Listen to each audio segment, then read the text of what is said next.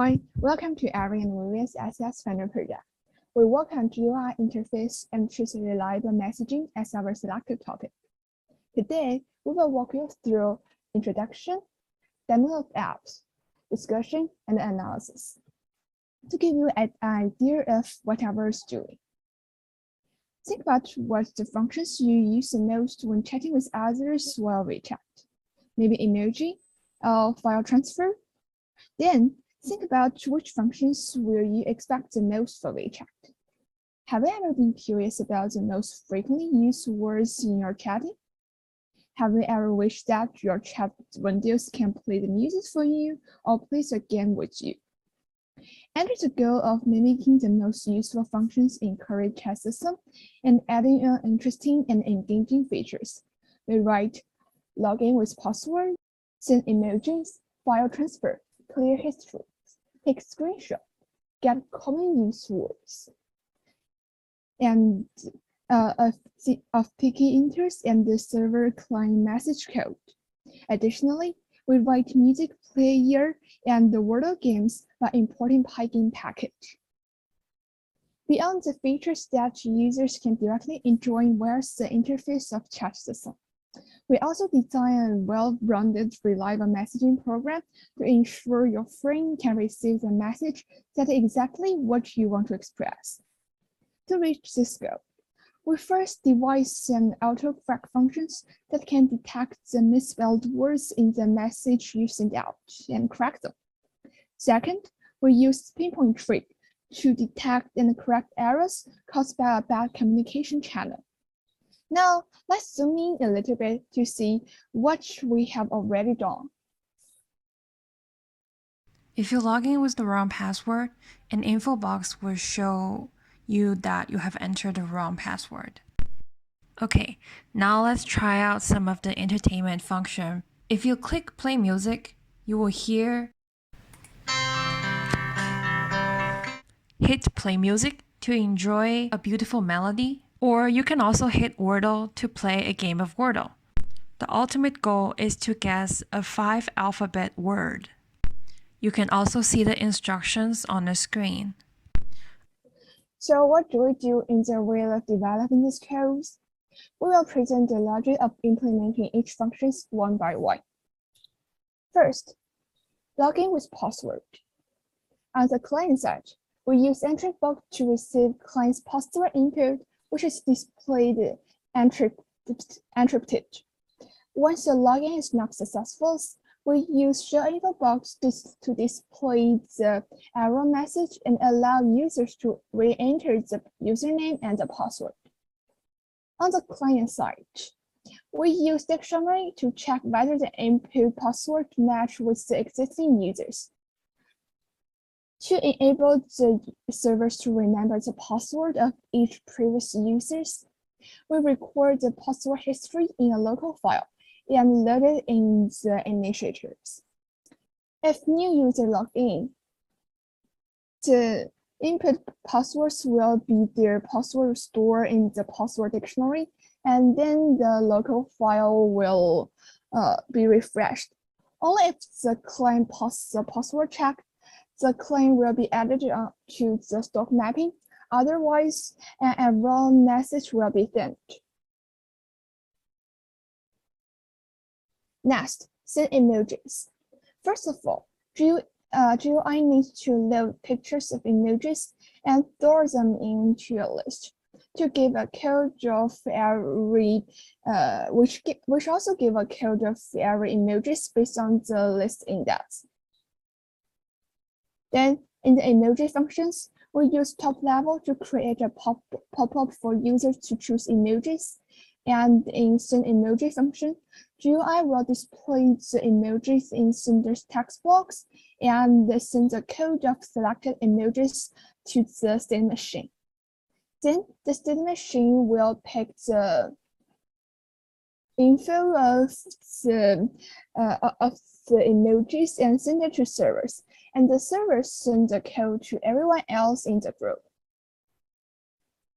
State machine and the GUI on the receiver side will get the code in the system message and display it for the senders. Next, file transfer. Essentially, we write different send and receive functions in chat utils. His idea is to send and receive files multiple times until it receives the file size. Hence, we can send or receive large files by merely use our TCP or TCP/IP servers. The detailed transfer process are as follows.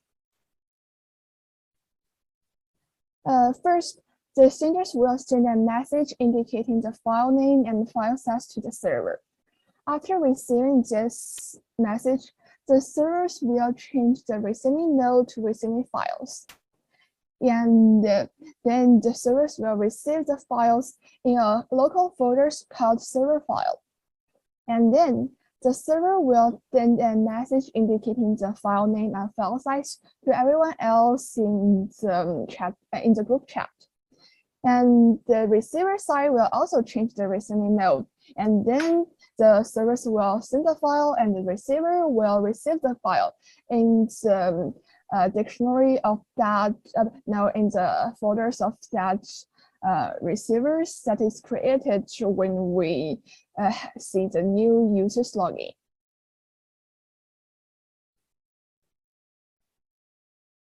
And for the Python code, first, we use file dialog to create a pop-up for users to choose the files wherever it is and inform the send machine the file path. Then the send machine first sends a message to the server indicating the incoming file and then transfer the file to the servers by myFileSend functions in chat utils. Similarly with what I said before, after receiving the message, the server set a Boolean variable to be true and stores the file name and file size in local variables, and then call the file transfer functions. In the file transfer functions, at first receive and then send out the message and files.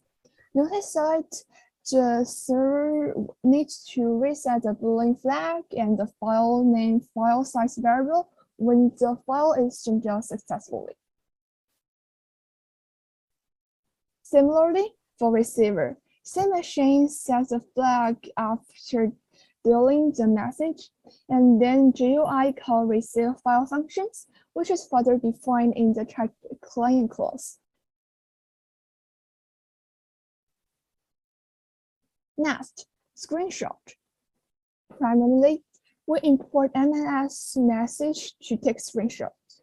Besides, we use file dialog for users to select where to store the screenshot and to define the name of it. And also, we use show info box to display the success message. Okay, now let's look at the common use words function. At the client side, it's actually very similar to the situation where the user asks the server to return a sonnet. So the user will be asked for how many words they want to look for, and then this message will be sent to the server. At the server side, it will sort the index based on how many times the word appears in the chat history, while excluding the time, username, and 100 frequently used words like the, in, on, and then send the result back to the client as a string. And then at the client side, the message will be displayed. Our next function is clearing chat history. Basically, it needs to complete two tasks: wiping out the content on the chat box and cleaning the content in a document that keeps chat history. So in the GUI, the interface will wipe out the chat box, and a warning box will be shown asking the user to reconfirm if they want to clear chat history in case it's a false click.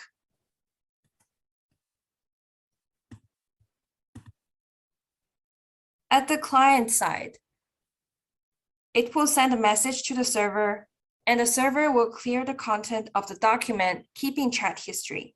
But at the same time, it will keep the indexer for the user for future use.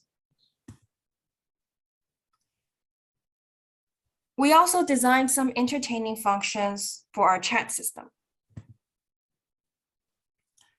For the Wordle game, we made some changes to the existing code and integrated it with our chat system.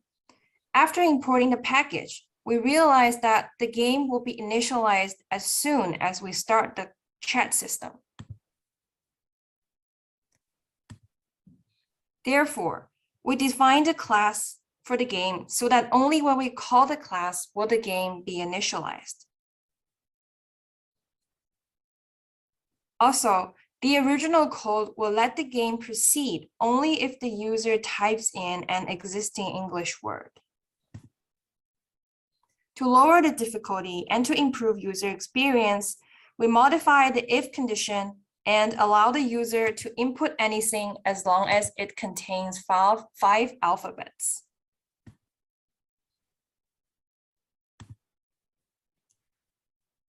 Also, we replaced the indicator with some instructions to make it more friendly to beginners. Lastly, we find that the chat interface crashes along with the game interface. So we get rid of the sysexit function and use a Boolean variable to indicate when we should exit the while loop. Also, we write another entertaining functions, which is music players. Basically, we use a Pygame to play the music, and also we set a counters to record the times of pressing music button to determine whether or not we should start it or stop playing the music.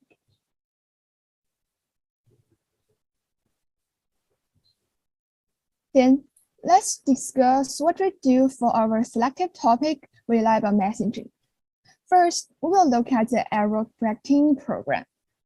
Here, basically, we use the pinpoint string with slight modifications. Assume that we are dealing with the integer input, which is the simplest words. The basic idea is that we first put input data into the matrix and sum up the numbers by columns and by rows, like the first table shows. Then, after receiving some info, we put received data into the matrix and sum it up similarly. Then, by comparing the original column and row sum with the received one, we can identify which row and column have error occurred, like the second table shows. Furthermore, we can position the wrong data by the index of wrong column and row, like the third table shows. Finally, we can recalculate the wrong data by minusing other data in the same row or same column from the sum of that row of that column, and then get our data correct, as the fourth table shows.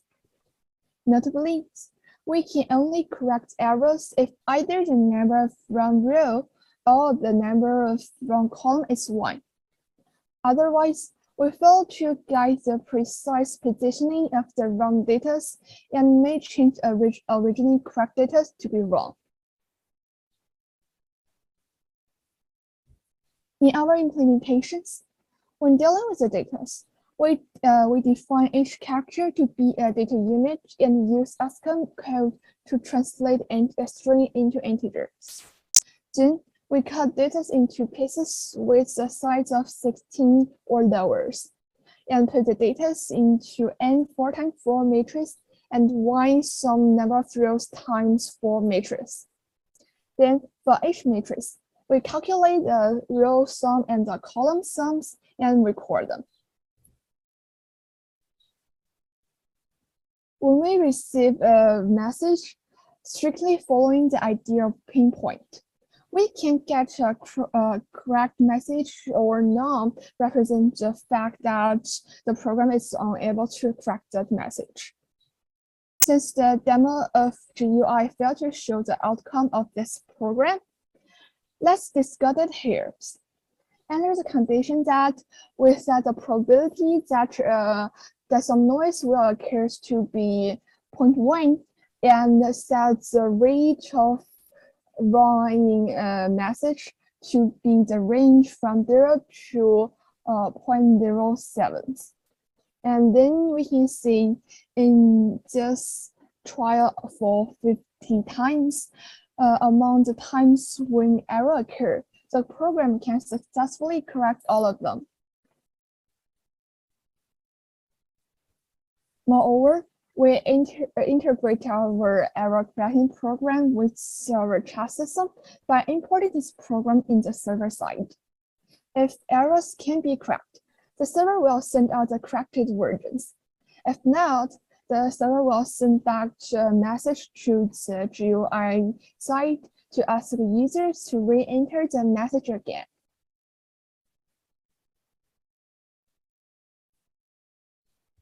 Our next function is autocorrect. And the autocorrect function will support 1 or 2 typos away from the original word. And it can handle typos, including those that are missing alphabets or in the wrong order, or with alphabets being replaced, or where extra alphabet are inserted, or where extra alphabet are inserted. And the autocorrect function is actually placed in the send button function in the GUI. And if we type in how are you with the U wrongly spelled, the autocorrect function will correct it into the right sentence and then send it to all of the users in the chat system. Okay, now let's go into our last part, analysis of our coding. This is basically the organization of all of our codes. As you can see, there are mainly 3 parties in the communication channel, and all of the fundamental functions are defined in the chat utils file. And these functions are used in all 3 parties. The GUI will collect the user input, and it will transform the user input into a set of instruction code and send it to the client state machine. And the client state machine will process it and send it to the server. And the server will return a message with the result to GUI, which is further processed by the client state machine. And this message will be displayed on the interface. Notably, there's also a local file in our communication channel, which serves as the memory for both the client and the server. Moreover, to simplify our coding, we import error correction, Pygame, MSS, autocorrect, and Wordle. And then we want to discuss the future improvement of this chat system. And we think that the significant improvement can be made in 2 places. The first place is error correction functions, and we think there's 3 aspects that we can improve. The first is that currently we can only deal with the input strings and especially the exchange message. This means that we cannot cover every communications information in our chat system, and also so we only use ASCII code to translate this kind of message. However, some difficulty do exist in the development. First, according to our explorations, this chat system uses Unicode and especially the format UTF-8 to code the data and transform it to the server for the client side. But however, the Unicode is a kind of byte type, which is not exactly the integers, but binary strings, which means that we cannot use our pinpoint trace, which is based on the integers here. And also because Python is a kind of high-level language, so it's really hard for us to get the 1010 binary expressions, which is the most fundamental ones when we are trying to transform and correct the error. So in the futures, we hope that our programs can deal with the most fundamental communication signals.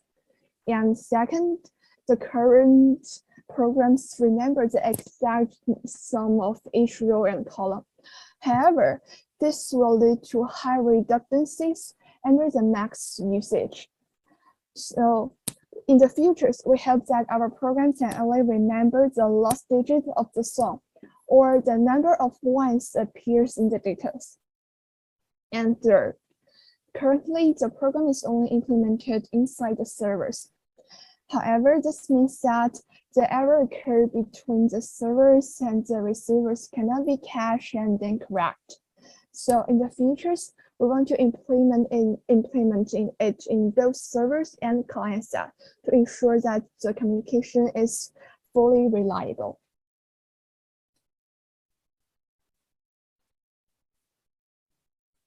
The second place that we think significant improvements can occur is file transfer.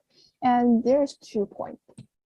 The first point is that currently our file transfer functions cannot transfer the PDF files, Word file, PPT files, and something like that, because it's really hard to read and write it without any errors by binary file. And specifically, we failed to construct the FTP servers due to our limited knowledge about web and network. So only the TCP IP file or servers may make it really hard to deal with PDF kinds of files. So in the futures, we want to build an independent FTP server that is exclusively used to transfer any type of files. And second, currently, the programs will get crashed if someone sends a message or send a files when a file is in its way of transferring. That is because we found that it's really hard to shift between the functions of handling message and transfer file. And we use global variables to remember everything related to transfer files, which makes transferring 2 files impossible. So in the futures, we want to build another threading that is exclusively used for transfer files. And that's all of our reflections on our current trust system projects. And that's all for our presentations. Thanks for watching.